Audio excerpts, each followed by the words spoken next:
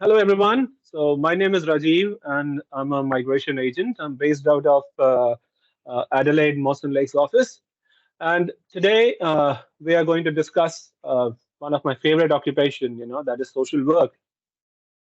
So when I say social work, it is really a very good occupation, and I have my own reasons to support my choice. When I say that, okay, it's because mainly it is a skill level one occupation. It is on MIDSIL, that is, it is on the medium to short term long list. It is also on the industry labor agreement, that is the on hire labor agreement. It is also on the DAMA list, that is designated area migration agreement list. Uh, I mean, it is also on the 2022 skill priority list. So when I say that, it has a very, very strong future demand of this occupation. And it was also on Victorian fast track occupation. I mean, currently the Victorian nominations are closed, but however, it was on the fast track occupation list. So I mean, this is one of the very good occupations where you can invest your time, energy, money, everything, and it will give you fruitful results. So before we dig into in-depth conversation about this occupation, let me just give you a brief overview of the services that we provide. So we help you with I mean all students or anybody who is applying for skilled migration visa. We help them with PTE, we help them with IELTS, we help them with insurance, whether it be it OSHC, OVHC, or help them with NATI, or help you with professional year, you know. And one of our latest mobile application that we have, that is OcuSearch, because that will give you migration information, on your tips on just in front of your smartphone. Like for example, if for some tech savvy people who download this app now and try to search social worker as an occupation, can straight away see that I mean these visa options are available for social workers. I mean, because this is primarily because social worker as an occupation is on the MIDSIL, that is medium to short term list. Uh, so, I mean, whether be it 189, that is from the federal, or the state sponsored 190 or 491, family sponsored, be it training visa, 485, 482, 186, 494. So you name the visa, and this occupation is eligible for that visa. So this is, in my opinion, it's a sunrise occupation. When I call an occupation a sunrise occupation, where it ticks all the boxes, and it gives you a lot of avenues to apply for a visa.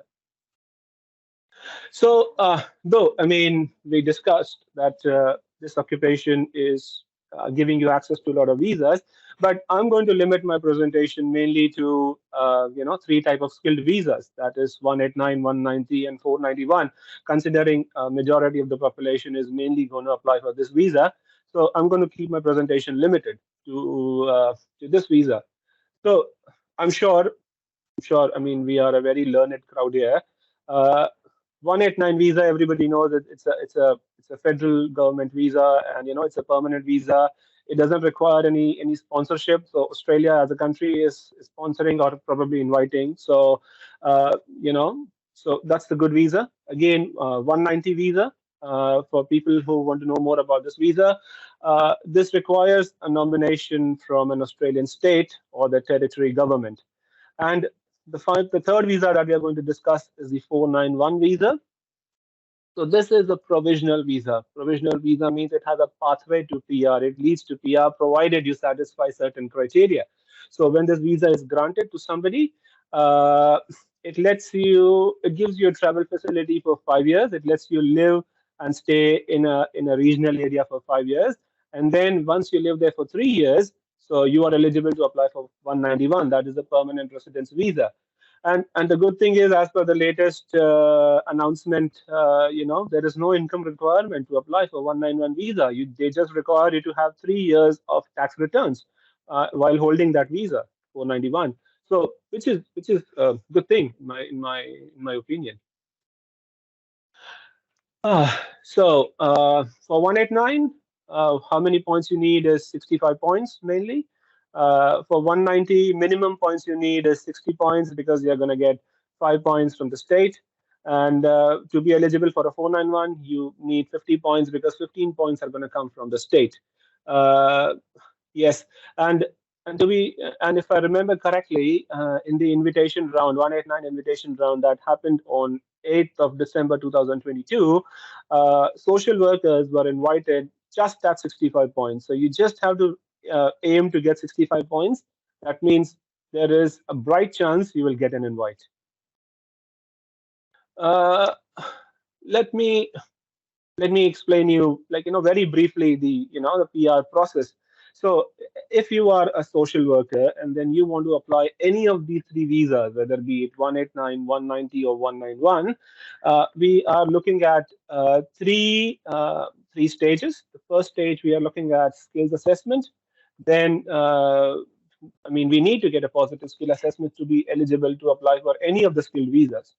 And then we raise an expression of interest. And when we are applying for a 190 or a 491 visa, we also have to raise a nomination application to the respective states. Some states require you to have the nominations, included in the expression of interest. But some states have an explicit criteria of what is required. And then if you're invited, then we apply with the visa application. So that's the full PR process or life cycle, I would say. So to begin this, the first step is getting your skill assessment from AASW, that is Australian Association of Social Work. So if we want to get a positive skill assessment from AASW, they technically have 5 criteria that will make you eligible to apply for a skilled visa and after to get a positive skill assessment. So the first criteria is that the qualification should be specific qualification in social work, and it should be a bachelor or a higher degree. The second criteria is that the qualification must be regarded as a professional social work qualification in the country of training. Now, the learning outcome must be comparable to AASW accredited social work qualification. I'll come to this. I'll explain this more in the next slide. And as a student, you should have completed, 980 hours of placement, and you must have English qualification that is only of IELTS academic only, and it should be a minimum of 7 each. Overall 7, and each, they want it to be 7. Now there are some exemptions that apply for English requirement, but that's only applicable if you are a national of Australia, Canada, New Zealand, Ireland, South Africa, United Kingdom, or United States of America, and then you have completed your secondary education in English and also completed a tertiary education in English. So if you have that, then you don't have to basically satisfy the English requirement. Now, as I said, for the skill assessment, we have 2 pathways. For students who have studied in Australia, and for students who have studied outside of Australia. So somebody who is in Australia, who's studying bachelor or master's, they will satisfy all the previous 5 criteria. Their qualification will be related to social work. They will have a professional accreditation. They will have a professional accreditation from AASW. The courses will be accredited. They will have 980 hours of placement. And probably to gain admission into that education, you will have to get 7 each. So overall, you will be satisfying all the criteria.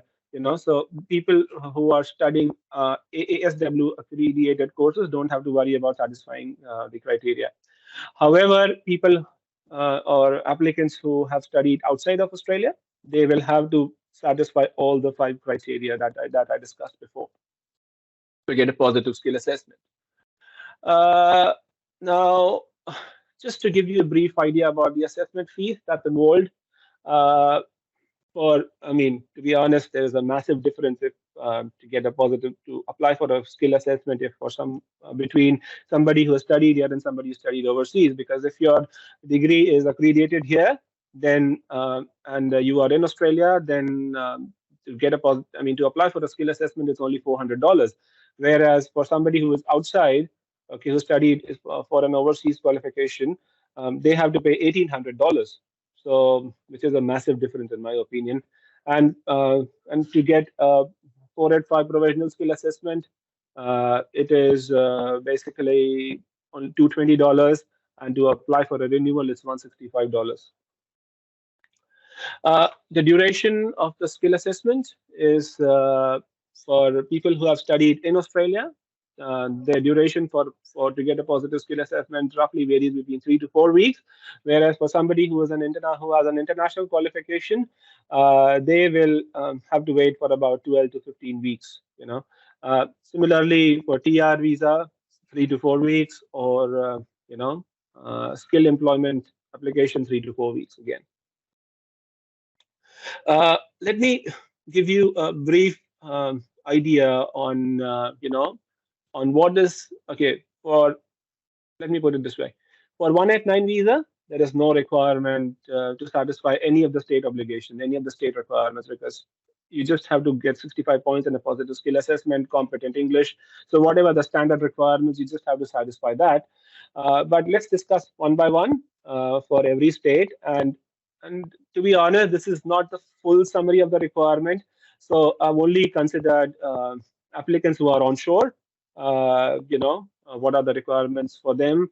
At the same time, these requirements are only applicable till 30th of June 2023, because new rules are going to change just in say 4 days or so, and we don't know whether it will change, it will not change, but we can only time will tell. So for ACT, this occupation, social worker, is in the critical list. So that means you are eligible for 190 visa and 491 visa. But for ACT, the thing is they only have less than 5 nomination place every month. So it's not a very promising state. But for somebody who's living there, and then it's a good okay. So for somebody who's living there, yes, it's worth a try. So to be eligible for ACT, you have to be for 190. You have to live and work in ACT for 6 months. You must be working 30 hours or more in at least 26 out of 30 weeks before you submit the Canberra matrix submission, and you must have a proficient or a superior English. Whereas for 491, it's a bit relaxed. You just have to live and work there for 3 months, and you must have worked for 15 hours or more in at least 13 out of 15 weeks before the Canberra matrix submission. And you must have competent English. So you can see 491 generally has a relaxed eligibility criteria.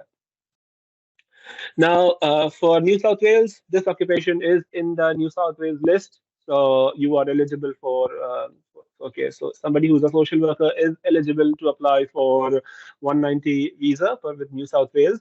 So they have to show that they have been currently residing in New South Wales, for a minimum of 6 months or so, and then they become eligible. For 491, it's a different criteria that needs to be satisfied. Definitely. So there are 3 pathways. That is pathway 1. Pathway 1, it has stream A, stream B. So in stream A, you just have to apply directly with the RDA and satisfy the requirement.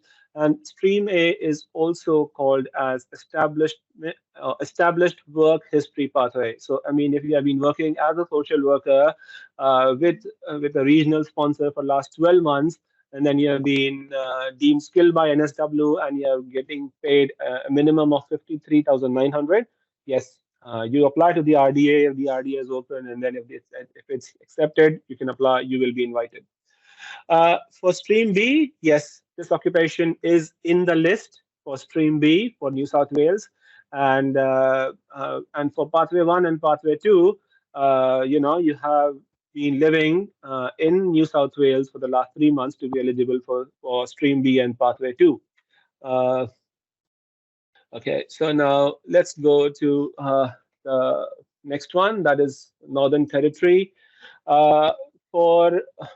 Okay, they have different criteria for their graduates, and then somebody who is not a graduate but living there.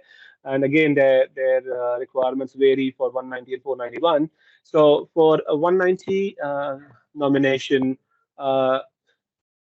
for NT graduates, you must have studied at least 2 years in Northern Territory and and you have to reside 6 months continuous after the course completion, and you have to demonstrate genuine and sustained effort to obtain employment in the Northern Territory. So that is how Northern Territory graduates become eligible for a 190 nomination. However, if you are unable to live in Northern Territory for 6 months after 2 years of your study, then you will only be eligible for 491 nomination.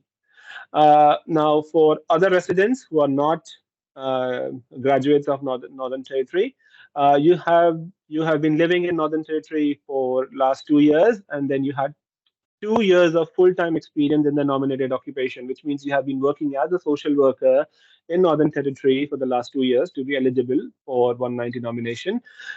This criteria is a bit relaxed for 491. So for applicants who are living in Northern Territory after 1st of July 2020, you have been living in Northern Territory for last 12 months, and then you just have to show 6 months of full-time employment as a social worker in Northern Territory, and then you also have to show that you will have a continuous job for the next 1 year or so. Now, this was for Northern Territory. Let's take a quick snapshot for QLD.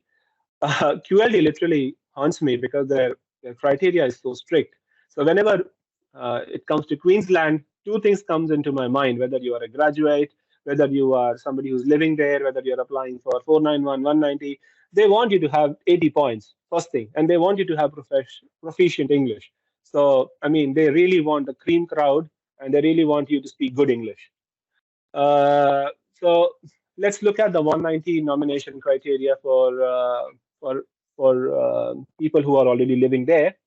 As I said, you must be having minimum 80 points. You must have proficient English.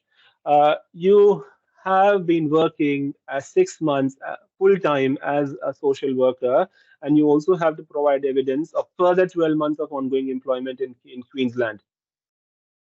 Now, people who are wondering, what about Queensland graduates? So for 190 nomination, they need to have an occupation in the STEM field, and then social worker is not part of STEM field, so definitely, they don't satisfy their criteria. So technically, if you are a social worker in Queensland and you're aiming for 190, you need to have 80 points, proficient English, and 6 months of work experience, and further employment of 12 months. Then you become eligible for a 190 nomination from Queensland.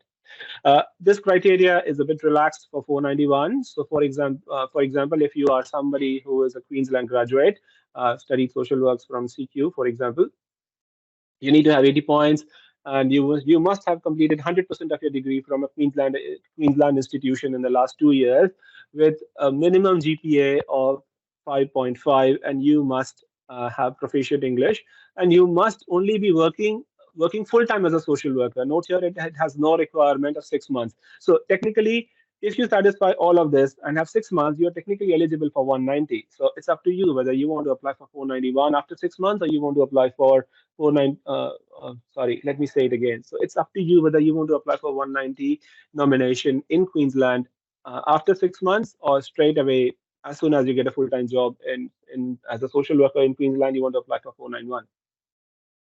Now, for applicants who are not Queensland residents, their requirement again is that they have been working 3 months as a social worker. They should have minimum 80 points, proficient English, and again provide an ongoing employment offer for 12 months. Let's look at Victoria. Victoria is pretty much straightforward. You get a positive skill assessment. Be living and working even in 1 day in Victoria, satisfy the general criteria of the visa. That's it. Boom. You can apply for 190 or 491 straight away with Victoria. However, rules are going to change. Nobody knows what's going to happen. And I mean, this was like a, on the dot, very good nomination opportunity for everybody for Victoria. For South Australians, people who are in South Australia or aiming for South Australian nomination, in my opinion, they give a heavy weight to somebody who is a South Australian graduate. So your course should be, technically you should be an SA graduate, and how they categorize you to be a SA graduate is you should have studied at least 46 weeks course, registered course, and at least 1 year in South Australia, and 50% of your total course should have been completed in South Australia. I mean, this is how they categorize somebody as a South Australian graduate. At the same time, if you have all of this, if you're a South Australian graduate and have 6 months post-qualification work experience as a social work in South Australia, then you are eligible straight away for a 190 application. However, if you just have 3 months of work experience, that means you are eligible for 491. However, if for somebody who is unable to get a job as social worker, so South Australia has some concession, I would say. Uh, I mean, for example, if you are somebody who's working as a care worker or a support worker in the last 12 months, at least 20 hours a week, that then you are eligible for 491 straight away. So which is a good thing, you know, concessions are good. I mean, for somebody who are South Australian graduates. So, I mean, which is very good of South Australia. Uh, Now, for somebody who is not a South Australian graduate and who has moved from other state to South Australia for nomination purposes, they need to show 18 months of employment as a social worker or a closely related occupation, technically, uh, in sorry, they need to show 18 months of work experience as a social worker in Greater Adelaide, or 12 months of work experience into the regional South Australia. That will make them eligible for 190. This criteria is a bit relaxed, so you just need for 491. You just need to show 12 months of work experience in Greater Adelaide or 6 months of experience in outer regional. Now, let's look at Tasmania. So Tasmania, again, is just very similar to South Australia. They give a lot of weight and importance to their graduates. So if you are somebody who has studied 2 years, or say 92-week registered course, CRICOS registered course in Tasmania, and has lived there for 2 years, that will make you eligible for 190 nomination. But note that so this is what I said is a very general criteria. They also have priority attributes, Tasmania, in the sense they have categorized the applications into gold, orange, and green, depending upon certain criteria. It's a big list. I can have a different session on that. Sorry. But with that, they want to see, I mean, apart from satisfying the general requirement, if you are working in your nomination field for 6 months, 3 months, then that means you are considered highly competitive for them, and then you will be nominated. For 491 Tasmanian nomination, you just have to study there for 1 year and resident there for 1 year. That means you will be eligible for 491 nomination. Now, for applicants who have not studied in Tasmania, they need to show 6 months of work experience, at least 20 hours per week in their nominated occupation, means as a social worker. Whereas for somebody who is aiming for 491 nomination, they need to show 3 months of work experience as a social worker. Or if you are not working as a social worker, then you just need to show 6 months of work experience. It can be any job. That's all right. Now, last nomination we are going to look at for Western Australia. So they have three. Social workers are eligible for all three pathways for Western Australia, whether you are a Western Australia graduate or you are in Schedule 1 or Schedule 2, you satisfy all the three. So if you are somebody who has studied 2 years face-to-face full-time in a Western Australia nomination, yes, you are eligible either for 491 or 190, but you are eligible for both technically straight away. For Schedule 1, you should have 1 year of work experience for a 190 nomination. At the same time, people who are aiming for 190 nominations should show a job offer for at least 6 months full-time contract, in Western Australia. Similarly, for Schedule 2, you just need to show that you have a 6-month full-time contract of employment in Western Australia. If you are applying for Schedule 2, And for 491, there is no requirement of job offer or full-time contract. I mean, if you just have a positive skill assessment and if you apply under Schedule 2, boom, you are eligible. But again, Western Australia has a ranking system. It is somebody who's studying there, who is living in different states, somebody who's living overseas. So they have a different ranking criteria. As I said, it's a sunrise sector. Sorry, it's a sunrise occupation at the same time. It's a well-paying occupation also. So social workers earned, say, about 73,793 in 2021 as per Australian Bureau of Statistics. So this is a well-paying occupation as well, apart from doing good work. So I think that's about it from my session. My details are on the screen.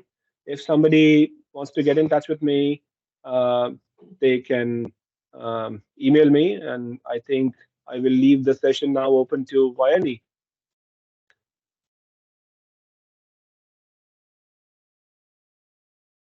All right, thank you, Rajiv, for sharing that information.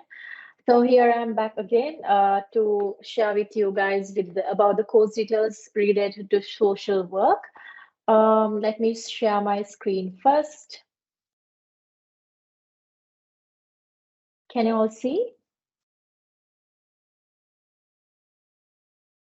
Yes, Vayani, we can see it. All right, thank you. Okay, so today I'm going to talk about the social work courses.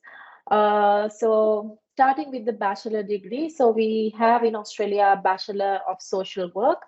Usually the duration of this program is 4 years.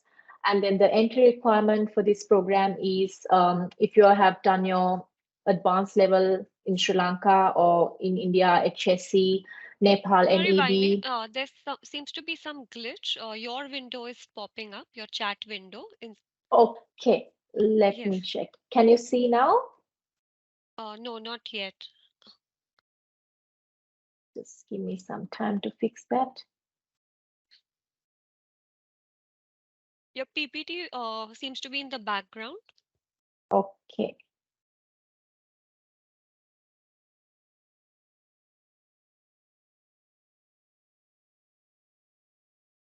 Okay, I think now it should be fine. Can you see now? I'm just waiting. Yep. Yeah. Perfect. Okay, fine. Okay. Thank you. Yeah, so the duration, as I said, it's a 4-year program, and then the high school high school students who have just passed out from the school are eligible for this program. And when it comes to English requirement, IELTS or PTE, overall 7 and each band 7 is required for this program. And then talking about the intakes and then the fees for this course, there are only main intakes available. That is one in February and March. The other one is in July. And then the course fees as a range I would like to give you, that would be around starting with 30,900 Australian dollars per annum. It can go up to 31 to 32,000 Australian dollars per annum. And then the postgraduate level, which comes under Master of Social Work. So the duration of this program is 2 years.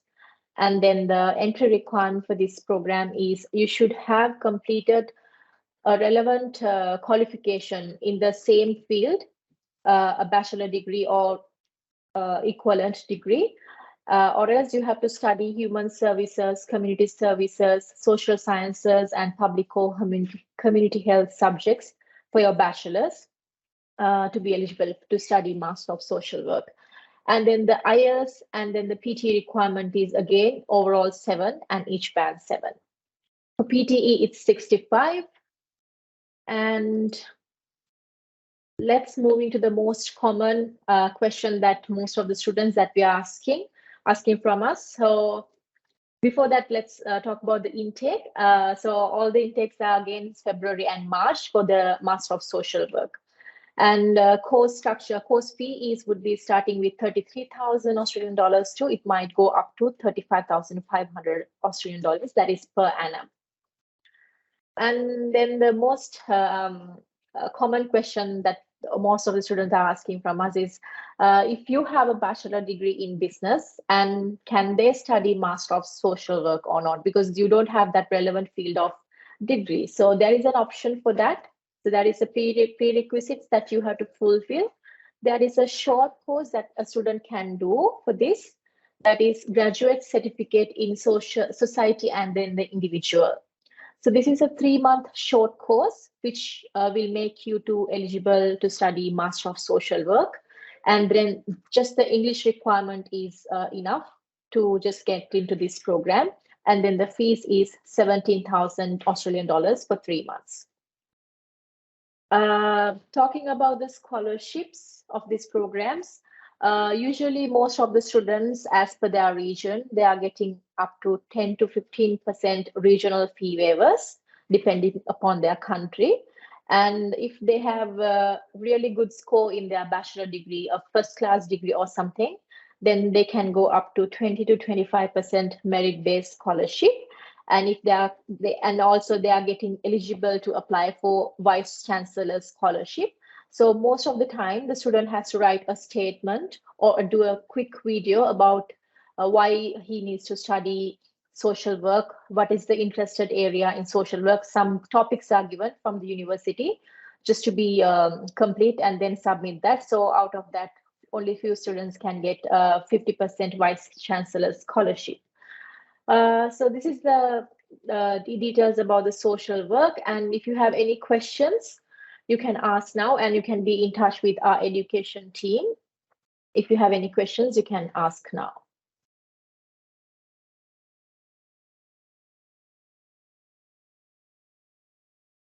Hi, we have one question from Jean. It is that she's curious to that which pathway is better for skills assessment, AASW or welfare worker. She works as behavior support practitioner and not sure if it is classified as social worker. Could you please help with that?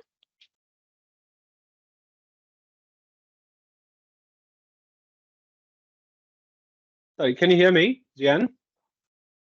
Yes, you're audible. Yeah, hi.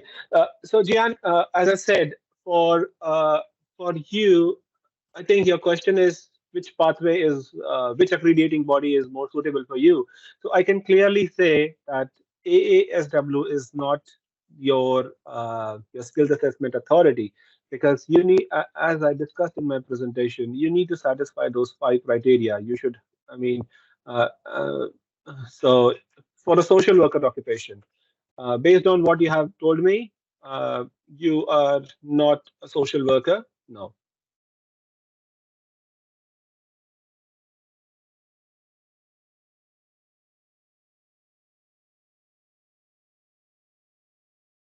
Yeah, that we have another question from Novin. Is a student completed Bachelor's of Education, 4 years offshore? What are the options to study community service or social worker occupation? Yeah. So the Bachelor of Education, if he has studied that components in that degree, as I mentioned earlier, human services, social science, um, human services, community services, then he can apply for social work degree. But we have to always cross check with the university whether it's acceptable or not to be eligible for that particular subject. Yeah, so that we need to cross check with the university, and then we have to check the syllabus of the bachelor degree whether they have that components are given in that bachelor degree or not.